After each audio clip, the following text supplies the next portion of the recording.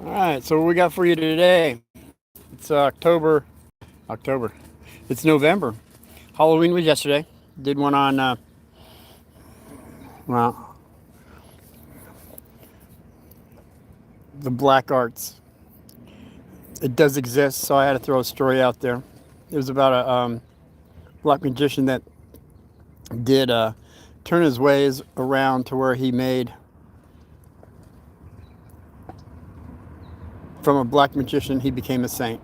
Mila Ripa. You might want to check it out. So today, what do we got? We got something for you. It's seahorses. Anybody love seahorses? I've loved seahorses ever since I was a little kid. And actually, about 30 years ago, I made the seahorse my mascot. So I can draw a seahorse in like 3 seconds. Pretty good, too. I'll show you sometime. But seahorses have been around for millions of years. And that's what I was going to talk about on how I raise seahorses. And my cousin Jim from California said, "Hey, I raised seahorses, and I had them in a 30-gallon tank, sea anemones on the bottom with a clownfish, and the seahorses were up top since they like vertical, they like up top. So what he did also say was they're mortal enemies. The sea anemone and seahorses are mortal enemies." But he says he was able for a few years to keep the clownfish, sea anemones, and his seahorses alive, and they all lived happily in this 30-gallon tank. I said, "Hey, Jim, that's fantastic. I think that's what I want to do." So I got a 30-gallon tank, vertical, and well, I had let's see, microalgae for the seahorses to hold on to, because you can't hold on to a sea anemone because they sting them. And if anybody doesn't know it, seahorses do not have scales. They are, it's not like a regular fish. That's what makes them so unique. They're basically, let's say, they don't, they're camouflage. They camouflage themselves, and let's say they're ambush. And they like to ambush because, well, they're not all that quick, and they wait for food to come by, and they ambush it because they have a camouflage, like a chameleon, I guess you might say. So this is how it works. About 1980, it was actually 1980, I decided that I was going to start raising seahorses. And raising seahorses is not that easy. There's certain temperatures of the water. You have to have a pH level. There's the salt. The salt is pretty much standard when you keep it on seawater. It's not a fresh water, obviously. And yeah, the sun's coming down, but maybe I can read what we got going on here, guys. Oh boy, we got a couple people coming in on Sunday, November 1st. Let's go back a smidge here. Hey, Rene Basio. Hey, Rene Bastos. I haven't seen you in a while. I think you're the same person. Are you the violinist? If not, maybe you know the violinist. He's a well-known violinist. And we have Mada's F1545. Hello. Landon Truskowski. Hey. Hi, buddy. And Landon Truskowski. Hey, Daddy. And the message is on review. Where are you at? I'm in Phoenix. Well, not Phoenix, not Scottsdale. It's in between there. That's all I can tell you. Arizona. And big bot, trying to big bot message. Alan Martinez. Hey, Alan Martinez, how you doing? And Alan, love my outfit. Fantastic. This is my outfit that I wear a lot when I go out. So the thumbnail is seahorses. Anybody love a seahorse out there? Leave me a comment. I've raised them, and that's what I want to try in 1980 to where, oh, this guy's back again for another one. Yeah, that's another one. Okay, this time eat it. So, I'm just using my dad's phone. Yeah, Alan, you're just using your dad's phone. That's okay. Your dad might enjoy this one or probably the other ones that I got. So, leave Uncle Martin open for him. I'd like to know what he thinks about this one. So, seahorses, you basically have to feed brine shrimp, which I bought live for them to eat. And then I also had the frozen shrimp. But you got to use like a turkey baster, and you feed them individually. It's not like you throw a bunch of, like people have fish out there. You know what I'm talking about? You throw it out there and they all gobble it up and have a great time. Well, seahorses are a little different. The turkey baster, you got to feed them like one or two at a time. And they snack it up out of the water. It looks pretty cool. But what I had was I had to feed my clownfish that was down in the sea anemone first, because not that he was aggressive, but he'd come up and eat the brine shrimp, stealing all the food. So there was a different way of feeding animals when they don't get along in the same tank, which I don't suggest you get a sea anemone, a clownfish, and seahorses all in the same tank. Just something my cousin did for a couple of years. I figured, hey, I could do that too. But I was not quite as adept as he was. Even though he was helping me, there was something going wrong. There was something amiss, which I'll get to down the road. That first of all, when you go to a shop, a fish shop, and you buy your tank, and you pay out your pebbles, and you say, well, this is what I'm going to have in this tank. Mine is going to be seahorses. I didn't bring up the sea anemones or anything like that. Hey, Alan, you going for dinner? Enjoy. And give me a thumbs up or down. So we got me going to the fish shop saying, and the guy's helping me. He's a very helpful person. In fact, it was the owner of the store says, oh, these pebbles will go fantastic with the seahorses, because whatever you have in the tank, they merge and have their colors to it. I said, yeah, that's pretty cool. I didn't know anything about seahorses as far as it went. So he says, hey, you know what? I'm going to do you a favor. There's a lot of these pebbles and stuff, they're toxic. We're going to wash them all off for you. I'll put the tank together for you. Yeah, you go home and you come back tomorrow, and we'll have the tank all ready for you. You buy the seahorses that you want, and you can go back home. I said, hey, that's very nice of you. So that should have been a red flag for Uncle Martin, but I'm very trusting until I'm shown differently. And we'll just put all that little goodies that he fixed my tank for me, the owner of the shop. By the way, seahorses were going about $45, $55 for one seahorse. So when I went back, I bought like 4 seahorses because I wanted 2 males, 2 females. I wanted a lot of seahorses. I wanted to raise them. And how do you tell the difference between a male and a female seahorse? Well, this is the way it happens. The male has a D, a big capital D on his pouch. And the female has a big P. So it's a little higher up, going down. So that's the female being the P and the male being a D. Just something to think about next time you see a seahorse. You can tell right off. Unless it's a juvenile, then it's kind of hard to tell. So on with the story with the seahorse. That I'm so excited now that I'm back home with my tank. I got all the pH perfectly. The pH for a seahorse has to be 8.1 to 8.4 in pH for them to live happily. And also, you have to have the water temperature has to be between 74 degrees to 81 degrees. And this is very important. So the temperature and the pH is very important. And that also means there can be, ammonia and nitrates have to be undetectable. These are very important rules if you're going to bring up seahorses, okay? Hey, Nolan Maxwell, Queen Latiba. Hey, how you doing? So anybody so far watching Uncle Martin, thumbs up, thumbs down. Join the club. I'll join yours. That's all I got to say about that. Just throw it in there.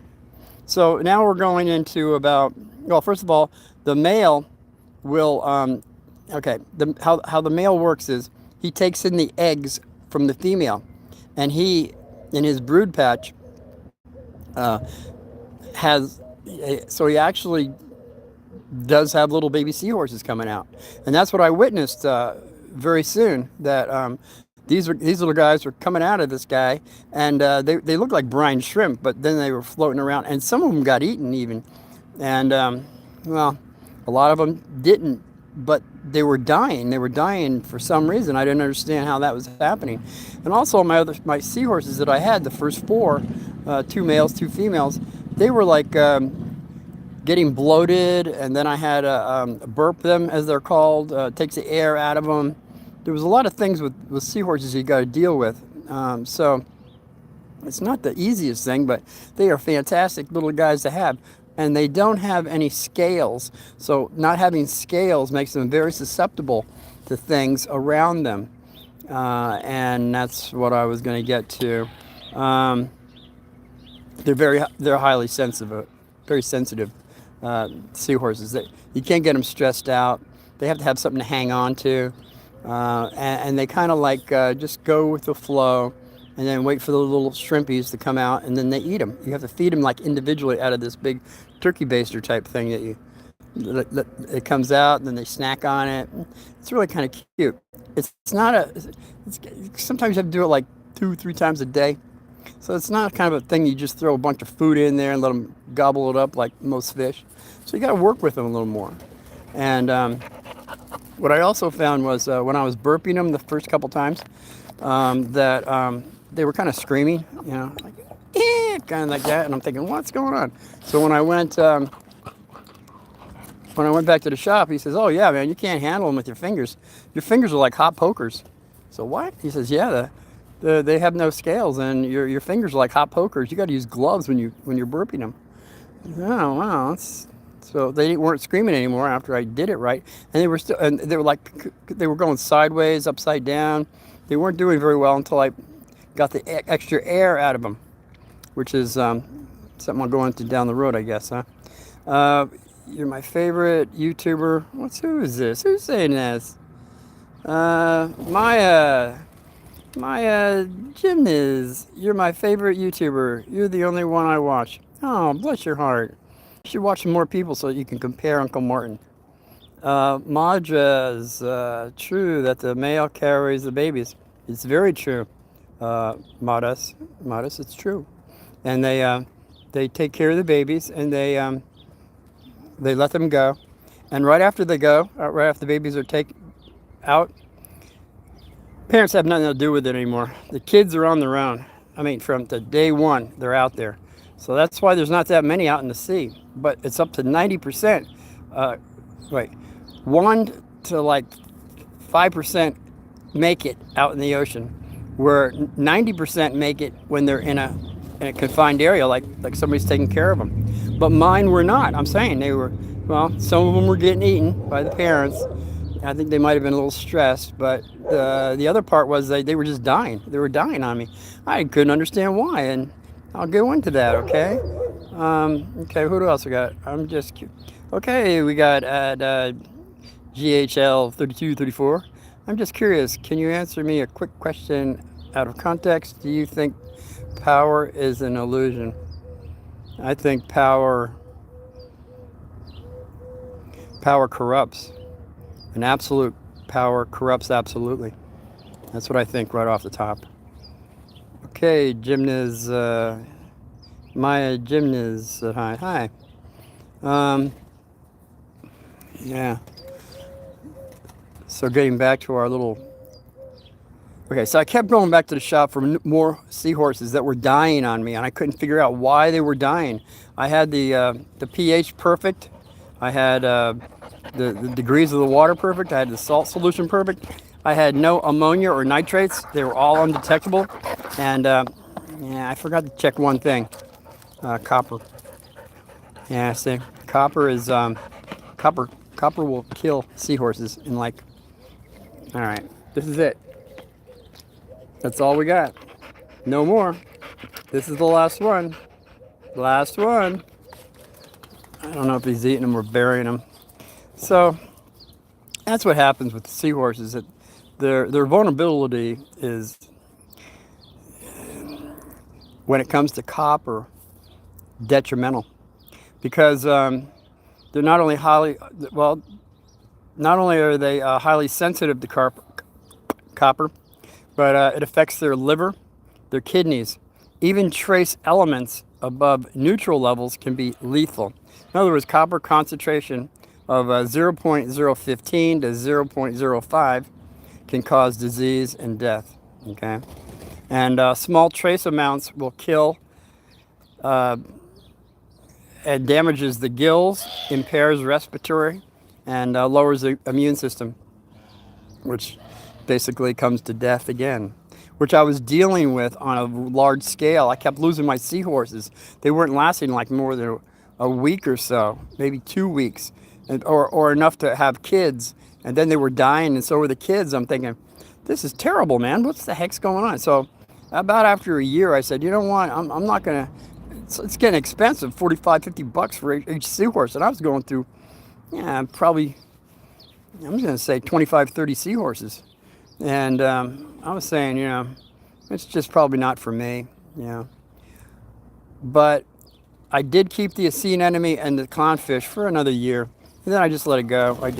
I gave those two to a friend of mine that had a saltwater tank. Now, when I was changing out the tank, because I was going to put some other stuff in there, I was going to make a terrarium at it and put lizards in there with long sticks and stuff. Because I think desert, I'm out in the desert, might as well have some lizards out here. I was thinking also scorpions maybe. But Marcia wasn't up for that. That was my girlfriend. She said, you don't want any scorpions or black widows in the house. But that would be another story. When I put a very large scorpion in a mason jar with a very large black widow. And I closed the lid, put some holes in it, and then I left it behind the couch. And, well, that'll be another story what happened there. She wasn't very happy. It's going to be a good one, though. Who would win, a scorpion or a black widow? What do you think? So now we're getting back to me cleaning out the tank. Now I'm getting all the pebbles out and all that. And what do I find? I find, this is 1980. 1980, I find 3 copper pennies. 3 copper pennies in under the gravel. How did that get there? Well, I know I didn't drop them in there. And the guy that owned the store put this all together for me. If you recall this story from the beginning, he's going to fix it up for me. He's going to wash the gravel. He's going to take all the toxins out. But somehow, what did it do? Well, maybe it was an accident. 3 copper pennies fall out of his pocket and go in there. But how come they were on the bottom of the gravel? They were in there, and he knows he's the owner of a store. He would know that copper kills seahorses. So I find these 3 copper pennies. They were like they were in the 70s, 1970s. I remember in the 70s, 75, 76, I don't know, something like that. I'm looking at these pennies because I collect pennies. I'm saying, hey, these are copper pennies. And I was looking at the date, and then I'm thinking, yeah, well,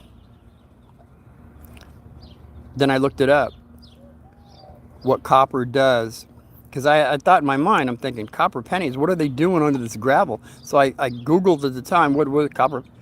It kills seahorses. This guy had me from the beginning of coming back to buy more seahorses. That was very negative. But as what comes around goes around, it wasn't more than, I'm going to say 6 months later, after all this, and this is like 2 years after I bought the seahorses, about 6 months later, they all went bankrupt. They're no longer in business. And I'm saying it comes back to you on so many different levels. And that was probably piled upon other things that he did to other people. I don't know. But I'm sure I wasn't the only one that got copper pennies. And by the way, copper pennies, as of 1982, then they became less copper. 82 backwards is copper. So copper starts disintegrating in salt water after the first day. So my guys were feeling it from the first day on of this copper breakdown that they were sucking into their kidneys and liver, and oh my God, they were slowly dying because of the situation. So don't let people put your tank together. Make sure you do it yourself. All right. If you have seahorses, man, I don't care what it is. I would say you should all do it yourself. Now, when it comes to copper, birds, pets, humans, no problem. We kind of need that. In fact, even fish, having certain amounts of copper in the water without seahorses kills certain bacteria and parasites on the fish. So it is a cleansing method, but not for seahorses, okay? So that's pretty much what I was going to talk about. That's about it for seahorses. Other than that, hamsters. Hamsters. You got to be careful with hamsters. See, the seahorses will eat their young because of stress or whatever. There's another animal that eats their young. It's hamsters. And I found that out when I was 11 and bro was 9. We were fighting. Well, we weren't fighting. We were rolling around. I think we hit my bro's hamster cage. And the mom had just had 3 little babies. They didn't even have hair on them. She just had them. And I think she was sitting on them or whatever. And somehow one of us hit the no more. He doesn't believe me, but I don't have any more. So we hit the cage. All of a sudden, the hamster mother starts eating the kids. My brother starts screaming, "Mom, yeah!" Mom comes running up. She says, "What happened? Who was fighting here?" We said, "We weren't fighting. We were just wrestling." She says, "Well, you got the mom. They're excited, didn't you?" And we said, "Well, we don't." And she says, "That's what she's going to do. She's going to eat her kids up because she thinks that, well, they're maybe going to come out later, but that's just an instinctual thing that they do." I said, "Oh my God!" And that's after 4 months, a guinea pig, or not? I guess guinea pigs too. The hamster after 4 months will have more hamsters. That's why you got to keep hamsters kind of separated. Rabbits kind of do that too, and so do cats. And I'm a living proof of cats because I had only seven kitties in the backyard. And do you know that a male and a female cat after 7 years can get close to 420,000 cats? Yeah, so they multiply. And that's what happened to Uncle Martin. I had 7 kitties in the back. There was a whole family of Siamese. There was a big black cat and a big gray. And after 2 years, I had 44 feral cats in my backyard. Then I had catch and release. They all came back to my house because that's what they do. And 22 left, and I still got 22. Maybe a little more than 22. Some neighbors left their cats, so I feed them at sundown, which is coming down right now. So other than that, kids, get your cats fixed, and keep your guinea pigs away from each other. Keep your rabbits away from each other, unless you plan on having a lot of rabbits and guinea pigs and kitties. So until then, I'm glad everyone's hung out this long. It was just the thumbnail, seahorses, and give me a thumbs up, down, don't matter. I am concerned, and someday leave me a comment on something that I put out there. I've been putting out a lot of lives lately, and I think I'm going to hold off a little bit before. I think I'm just giving too much information out there. So once I get enough people following me to where they're actually giving me some comments and all that, I'm going to lay off for a while. Okay, just the way I am. Because you kids, or anybody's watching, you can go back and find all kinds of topics that might interest you. I have over 700 on all my episodes, so maybe it's time for me to lay back, let you guys watch some stuff, and I'll come back again and do some lives. Okay, until then, join Uncle Martin, share Uncle Martin, and of course, if you join and subscribe to me, I'll subscribe to you. And if you don't have the subscription yet, at least you'll have me knowing when I'm going to be live. Until then, be well, God victory. Thumbnail is Seahorses, and share it if you like. Till then, be well, God victory.